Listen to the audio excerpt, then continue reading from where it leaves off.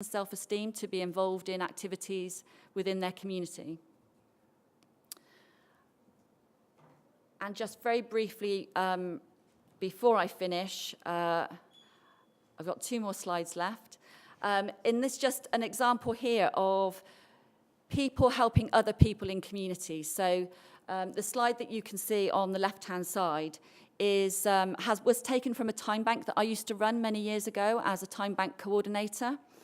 And this was where local people wanted to know what they could do to help others in their communities. And I had gone to visit a supported housing scheme where there was lots of elderly residents who had disabilities and long-term health conditions. When I went to visit those residents, it was a very quiet place to be. There was not much interaction between those residents. And it was kind of fairly depressing, actually.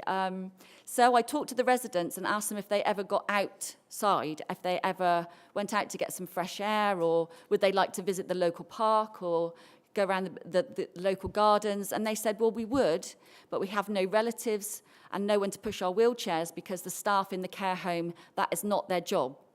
So local people, they agreed to come in, and we used to take them out on a weekly basis to the park to get some fresh air for an hour or 2. And it's a good example of the ways in which time credits can be given and received within an organisation like a supported housing scheme. And on the right-hand side is just one example of a lady that had joined my time bank in the centre there. Her name is Mary, and she joined the time bank and asked the time bank to have people come to her home to help her with decorating, and there were many, many activities that she wanted help with. But it was only after I spoke to her for some length that I realised she didn't actually need these jobs doing within her home. She was actually lonely. And what she wanted was someone to come and visit, but she was very proud and did not want to say that she was lonely. So she was creating opportunities for people to come into her home and help her so that she had someone to talk to and someone to interact with.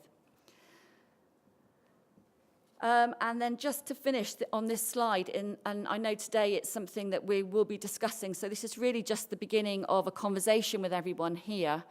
As part of my job as chief executive, I have been traveling and talking to many European countries and countries outside of Europe about time banking, especially Eastern European countries who want to learn from what is happening and where time banking is successful, what has made it sustainable, what are things to avoid, why in the UK things are as successful as they are. And the countries that I've spoken to at the moment include the Czech Republic. Russia do want to be included in this, which is why we say it's a pan-European initiative. France, Finland, America, Italy, Ukraine, Turkey, and Greece.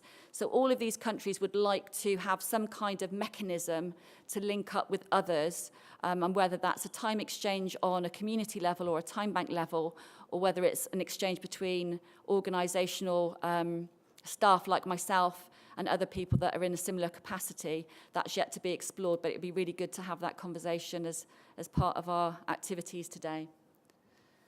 So that's it from me, so thank you very much.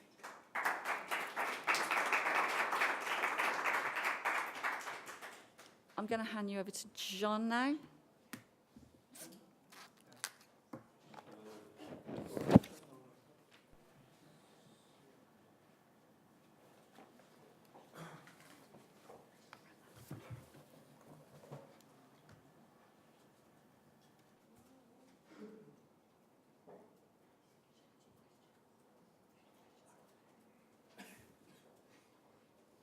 While Jean's setting that up, does anyone have any questions for me? Yes. How do the other earn their time credits? Because I see how they consume them, not how they earn them. How do older people earn their time credits? Well, I've been on so many talks in so many places in the UK and get asked that question, and also how do people with disabilities earn time credits, or people with long-term health conditions. And actually, those older people have got a lifetime of experience and knowledge that they can either share with other people, and so they might not be able to physically do those things. So a good example of that was where we had what was called gardening tea parties. So we had elderly people that were in wheelchairs, and we brought them together with younger people in the community, and they would tell them how they could plant seeds and grow vegetables, and what were weeds and what were nice flowers, and how they would cultivate them in gardens. So that's just kind of one example. Another example in London is where we had a lady with long-term health conditions who hadn't actually been outside of her home, am I right, Nikki, for 10 years? It was a long, long time. She was in a wheelchair. She couldn't move her legs. Her legs were sticking out to the front. And we got her out of her home because she realized that she could help the Time Bank by making telephone calls to other Time Bank members just to see how they were, to see whether everything was going okay. So it's almost like a peer-to-peer chat and a conversation, and she earned time credits for all of the time that she was giving to help. It increased her self-confidence so much that we managed to get her out of that house to a workshop where she was sharing with other people and learning new things about how to run a time bank. So just a couple of examples. Was there any other questions before I hand over to... Maybe if it's too long for yes or no, do you have any formal relationship with the transition movement? Transition network and Transition towns in the UK, yes. We've got many time banks that are linked up with their local transition towns, yes. So maybe we can give some more examples later on. Can you share any information on the impact that you have? And I mean both the output and the outcome. So both the amount of trade that you have in the networks network and also the social impact. Yeah, so this is something really important. Not as stories, but as figures. Yeah, so this is something that's really important to us. So in order that we can encourage local authorities and commissioners to invest in time banking, we need to be able to show them there's a number of different things that we can show them. So it could be what the social value is in communities for people getting involved. So for example, we have a time bank in Manchester. The investment was around £35,000 that the Housing Authority gave to the support and development of a time bank network. The social value that was achieved after 1 year was in the region of £305,000. So that's just one example. What we're trying to do, and very often time banking members or coordinators don't like this idea of monetizing time banking activities. However, we feel it's really important to be able to value and be able to show the cost savings to statutory services by investing in time banking networks. So we have an ongoing program where we are looking at the cost savings to, for example, the health service with people not going to the GP as much or coming off of tablets that maybe offer depression. So we have got a number of ways that we are going to be working across the country to be able to show that. But yes, you're right, impact is really, really important. Not just the figures about how many people are doing time banking, but actually what impact it's having on services. Since you're British, you might have one of these very beautiful reports that we can all read on this. Yeah, there are lots of reports. We want to do something that is a little bit more current. So at the moment in London, we are undertaking the social value estimate. And I've also got reports that we are quite happy to share with you from time banks that have measured the impact on people's health and well-being. As you say, a lot of that is case studies, but also cost savings to GPs and the health service. So we're more than happy to have a conversation. If anybody wants to drop me an email, then I can share all those reports with you. Thank you. Jean. Okay, thank you, Sarah. Good afternoon, I'm Jean Bourdaria. To present very quickly, our organization is an association. Its name is L'Échangeur, that means time exchange. And it's a non-profit organization. And we have a different name, a brand for the time bank. It's Ecotemps. Well, there are two names. It's a matter of history. Never mind. For now, we have developed time banks in the Greater Paris. In green, you have the time bank in operation. So there are three. The first one was Nanterre. I will talk of Nanterre right now.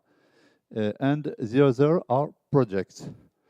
For now, our projects are in standby, because the experience we got from the 3 first projects implies that we have to deepen our work in each time bank before extending them. So it's, of course, slower than what we thought. For this presentation, since I'm not so good at English than Sarah, so I wrote something. I try to speak clearly as much as I can, and I will talk about the experience of this time bank, Nanterre. It's a city west of Paris. Here you have the business center district of Paris, La Défense, where you have, I don't know how many, 100,000 or 200,000 people working there. And the very wealthy city of Neuilly. And just we have in contrast, Nanterre, which is a city where population is a very much lower revenue. And what we talk today, it's the population disparities we have in the cities in France, and we have to cope with it. It implies, of course, all the community development policy. Then we will talk of the experience of Nanterre, and we will finish to look ahead what it can give in the future. So just for the population in this greater Paris, from 50 years ago, the population of Paris increased by 5 million inhabitants. And of course, these 5 million inhabitants are only in the suburbs, not in the center in Paris. Even in the center, the population of Paris decreased from 2.5 to 2 million, more or less. So that's more than 5 million all around. And later, the inhabitants who came in the suburbs were aging and getting more money, and they moved to a more pleasant part of the city, of the greater Paris, where they could find better public transport, better services, schools, etc. And they were replaced by newcomers, mainly immigrants, all around.